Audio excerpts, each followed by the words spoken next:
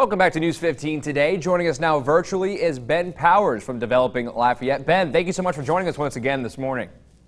Thank you for having me. Of course. So I know it's hard for businesses to get started and to develop and get their businesses going during a pandemic, but what are you seeing here in Lafayette Parish as far as that goes?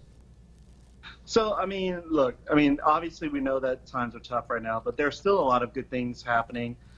There's a lot of movement in downtown. One that just recently happened is a company called Popalicious. They make gourmet popcorn.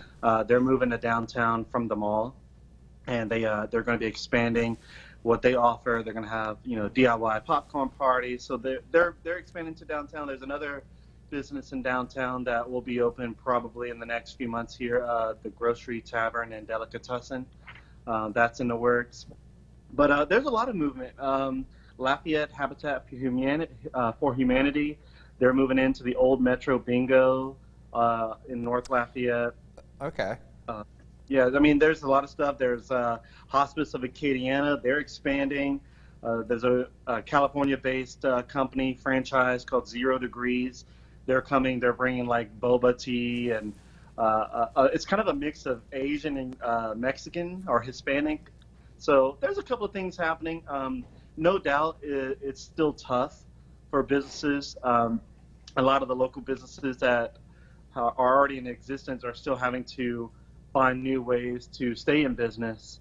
Where if they can't have customers come in, of course they do the takeout. If it's a business that requires you to go in, like let's say for example, there's a business on Pinhook called Kids World, and it's an indoor play arena. They're not allowed to have kids visit, but they can still host birthday parties, private birthday parties. So they're making do with what they can. But I think our people are pretty resilient here, and they're figuring it out. Well, that's good to hear. Real quick, Ben, because I was born in Baton Rouge and I have one in my hometown of Covington. When is the Chimes coming? Oh man, so the Chimes, from what I understand, is definitely coming.